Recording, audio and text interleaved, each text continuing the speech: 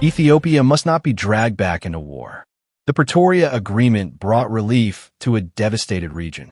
Those trying to tear it up must face firm international pressure. In October 2022, the negotiating teams from the Ethiopian federal government and the Tigray People's Liberation Front, TPLF, met in Pretoria, South Africa, to make peace. Our meeting and talks took place amidst a raging war that was wreaking havoc on our home country. Given the circumstances, our South African hosts were justified in taking some precautions to keep the two negotiation teams apart and at some distance. It was as if the protocol and security officers assigned by the host country were afraid that the negotiation teams from the two warring parties would get into a fist fight in the middle of the conference hall if they were not shepherded to steer clear of one another. But soon, our hosts were pleasantly surprised to see that being civil to one another was not going to be difficult for anyone in the room. Relieved by the unexpectedly cordial tone set by the delegation heads from both sides, our hosts and mediators allowed the negotiators to engage directly in a smaller room and in a less formal setting, dispensing with the need to use English as a medium of communication. With the mediators closely following our progress and stepping in to help resolve deadlocks, we held the talks for several days, at times going well beyond midnight. There were heated debates and difficult discussions. Many times, we came close to a breakdown in the talks. But we persisted and, with the support of the elder African statesmen and women who were facilitating the talks, we had more breakthroughs than breakdowns. In this process, although we came from different sides in a deadly internal conflict, we were united in our resolve to make peace. We wanted to see the fighting come to an end. We wanted to put an end to the bloodletting. We were appalled at how the promise of a new generation was being wasted on battlefields across northern Ethiopia. We were also in agreement on the principles that should provide the framework for any agreement we would conclude. From the outset, our discussion focused on the fundamental principles that should inform our negotiation and its outcomes. Once we agreed on a set of principles as norms to underpin the agreement, the remaining task was fleshing out and operationalizing these principles. This was not an easy or straightforward undertaking. There was an active war being fought as we were negotiating. Sometimes emotions ran high and the pressure was taking its toll on all of us. But we were determined to seek common ground and make peace.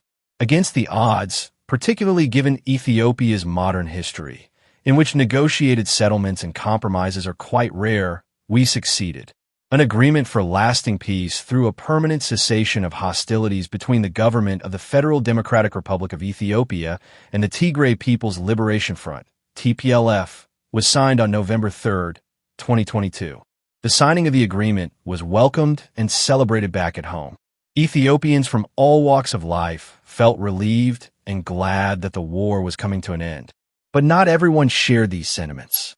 In Ethiopia, extremist elements both within the TPLF and the Amhara Fano militia were dismayed by the agreement.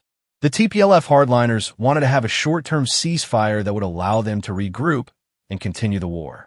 They did not want a permanent cessation of hostilities.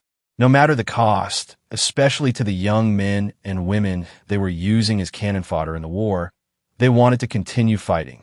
They were of the view that with a temporary halt in fighting, they would be able to rearm, take the initiative, and get the upper hand.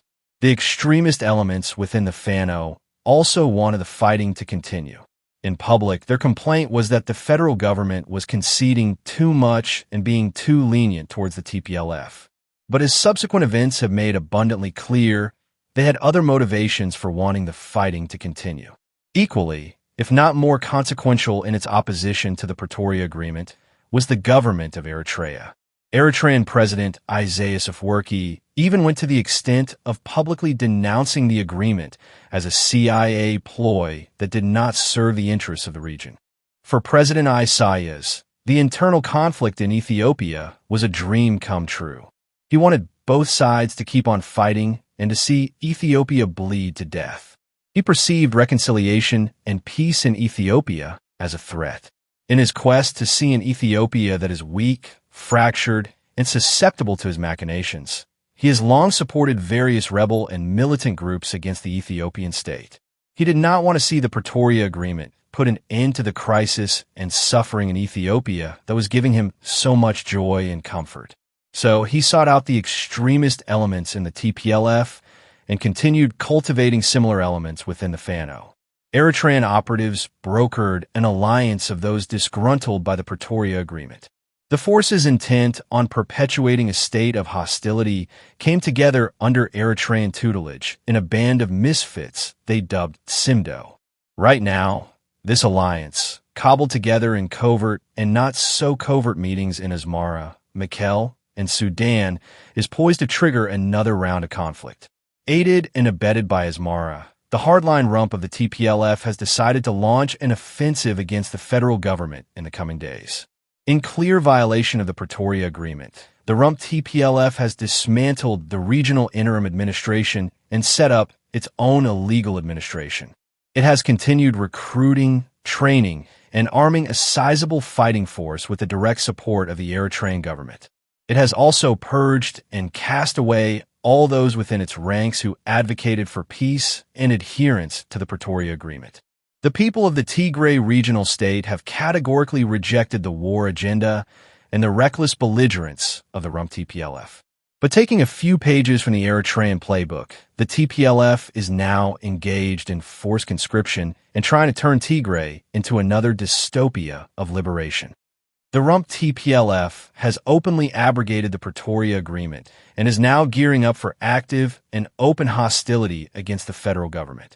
It is imperative that everyone with any leverage or influence over the TPLF and its patrons in Asmara exert maximum pressure on them to avoid a relapse in a conflict. A resumption of hostilities would be dangerous and would have serious regional consequences. The TPLF should not be allowed to once again resort to violence and gamble with the lives of so many young women and men. There should be a clear, categorical, and uncompromising message from the international community that the steps the TPLF and its backers in Asmara are taking to tear up the Pretoria Agreement in a violent and potentially irreversible manner are unacceptable. The Pretoria Agreement is not perfect, and its implementation was a work in progress that left much to be desired. But it was an agreement that silenced the guns and enabled the return of a degree of normalcy in a region ravaged by war. The strategic miscalculation of those who have become utterly desensitized to the death and suffering of a whole generation should not be allowed to pull us back into the nightmare of war. The African Union's High Representative to the Horn, Olusegun Obasanjo, touched down in Mekelle today for talks with Tigray's political leaders. His arrival coincides with renewed tensions between the region and the federal government over the implementation of the Pretoria Agreement and concerns about military mobilization. Obasanjo was welcomed by TPLF Chairman Debretsion Gebremichael, Ph.D., who was sworn in as regional president following a federally unrecognized vote last month in which the Tigray Regional Council was reinstated despite the continued existence of the Tigray Interim Administration mandated by the Pretoria Agreement. The former Nigerian president's visit also follows reports of drone strikes in northwestern Tigray last week, which the TPLF accuses the federal government of carrying out.